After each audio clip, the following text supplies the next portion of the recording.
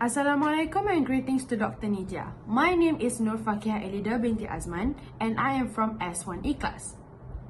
So this is my take on oral presentation based on the topic issues on teaching and learning English grammar. So there are 3 challenges that I have found so far based on my teaching and the students' learning on the ESL classes. So the first challenge that I have found is inconsistent teachers' commitment. The second one is curriculum and proficiency mismatch. The third one is negative students' attitudes. So let's look at the first challenge. The first challenge is inconsistent teachers' commitment. So the issue here is we as the teachers seeing grammar is not as a priority. For example, in a class of poor proficiency level pupils, we did not actually prioritizing the grammar 100% because all we care and our main goal or learning objective is for the students to be able to speak in a fluent manner. This is because we did not see the grammar as something that need to be stressed about.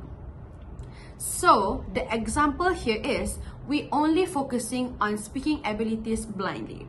This is what happened because we as the teachers, especially for the back classes, we never stress. The reason why I said that inconsistent teachers' commitment has been a challenge for us teachers is because we are actually lack of training and support. We did not receive professional help, for example, to actually understand the grammar training or grammar lesson properly on how to teach our students, on how are we going to comprehend that to our students, and how are we going to stress it, the importance of it to our students.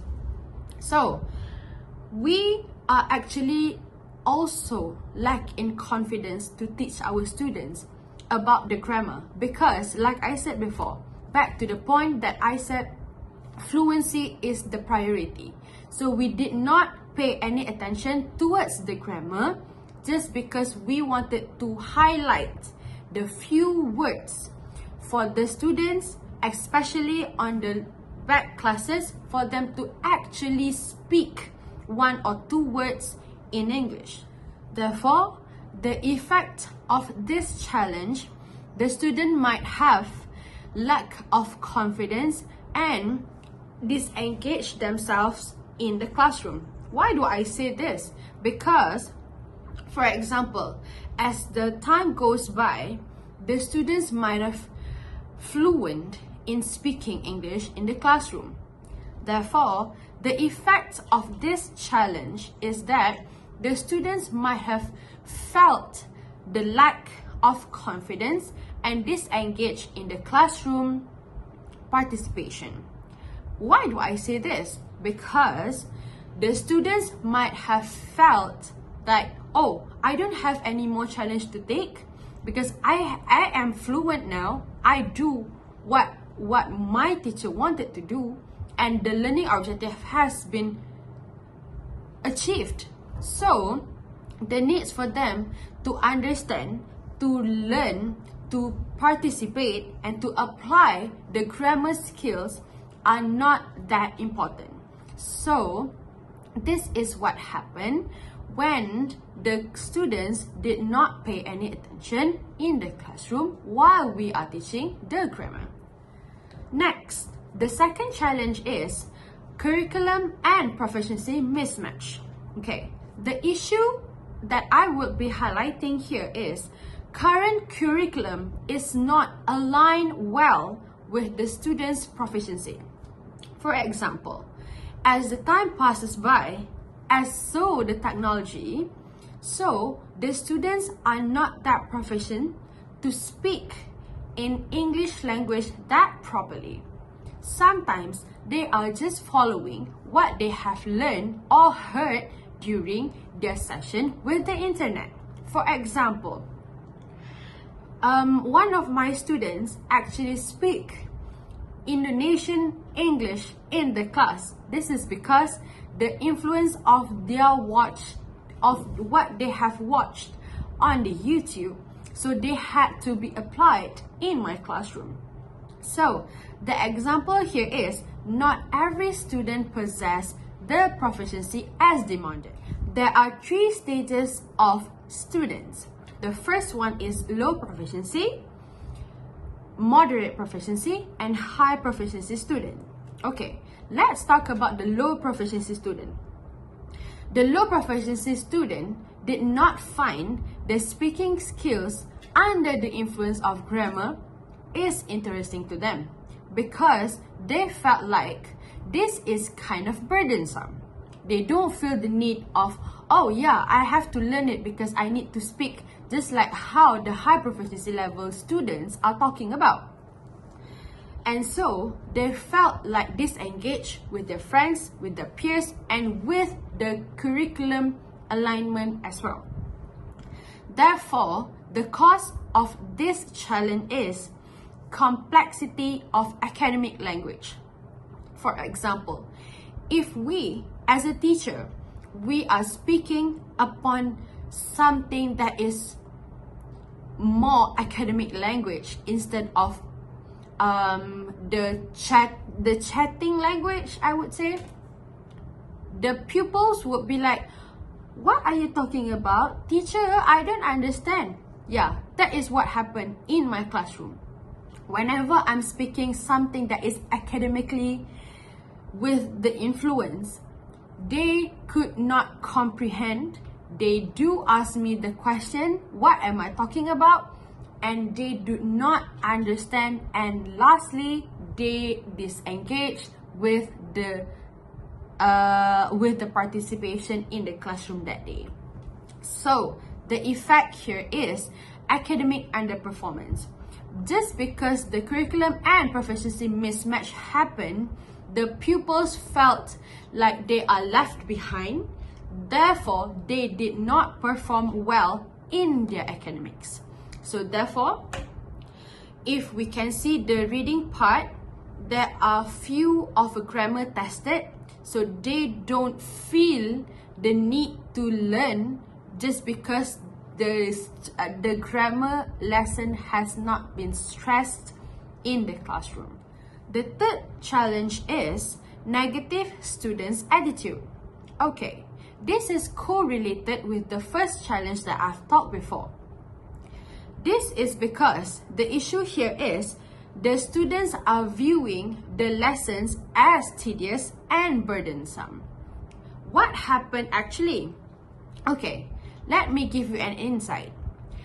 What is actually happening that if you can see back the grammar lesson in the year 1, year 2, year 3, year 4, year 5, and year 6, grammar lesson can be a bit complicated.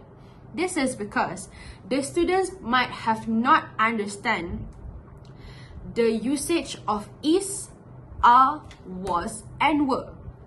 Okay, while they were speaking, they might have not felt the importance of saying, oh, this my sister. They do not say, this is my sister. Or, my sister is in the school. They said, my sister? Where is your sister? My sister? School. And that's all. No is, no at, no preposition, nothing. So they don't feel the need to say it just because they felt like, oh, okay, I have talked the main idea and the teacher have understood what I'm gonna say. So that is it. The information well received. So they don't feel the need to have it, the grammar lesson, to have the grammar while they were speaking. So the example here is the students are only focusing on fluency, putting aside the grammar, just like I said before. Therefore, the cause of this challenge is perceive irrelevance of grammar. They don't see the importance of it. They don't see the they don't prioritize this thing, because many students view grammar as a disconnect of practical language that they want to say it to the audience. For example, in the class where we had a show and tell activity. So, for example, I asked one of my students to bring one of the animal plushies that they had before.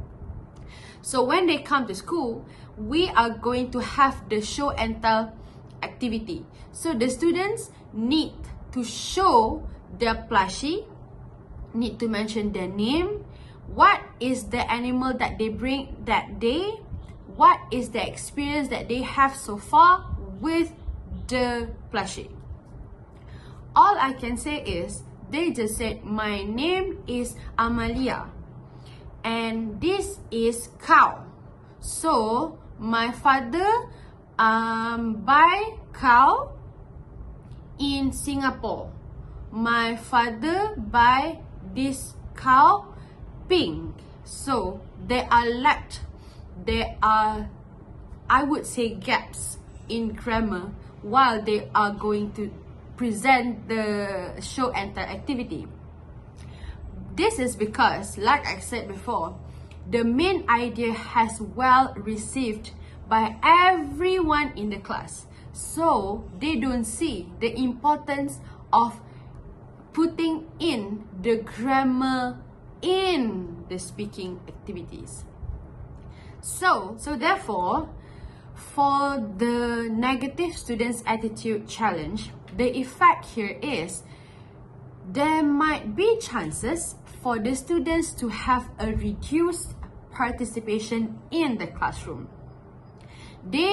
While they find it very burdensome, very tedious, very no importance in the classroom, they find it, oh, I don't like grammar lesson, I don't like it. So they reduce their participation in learning and understanding in the classroom, because the students with negative attitude might have not enjoyed the lesson as much as the others. For example, like I said before, there are 3 proficient level in the class. So the high proficient level of students might have enjoyed the lesson in the classroom. So this is different with the low proficiency level. They don't find it enjoyable, as they find it burdensome that they have to remember everything, the rules, what they have to memorize this, how to use it, how to not use it, how to change it, how to change IES, how to change ES, how to change ED, all of the rules that is applied in grammar.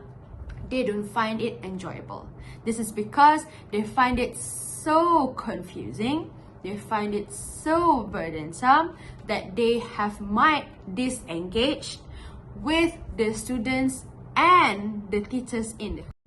Therefore, in conclusion, for the challenges that I have faced so far in the classroom while teaching grammar for my students, is that I would say those challenges cannot be undone.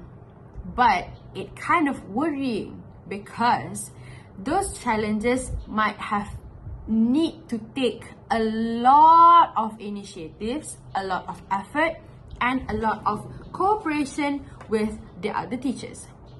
This is because I don't see the importance of me working out by myself without the activities to help. For example, the activities such as grammar quiz or display by using the learning aids, for example, the internet, the quizzes, the word wall. Those kind of things actually help the students to actually engage with us as teachers and feel the interest in learning the grammar as much as the high proficiency student. Therefore, I would say those challenges can be settled. That's all for today. Thank you so much, and this is my oral presentation. Thank you, Dr. Nitya, for your cooperation.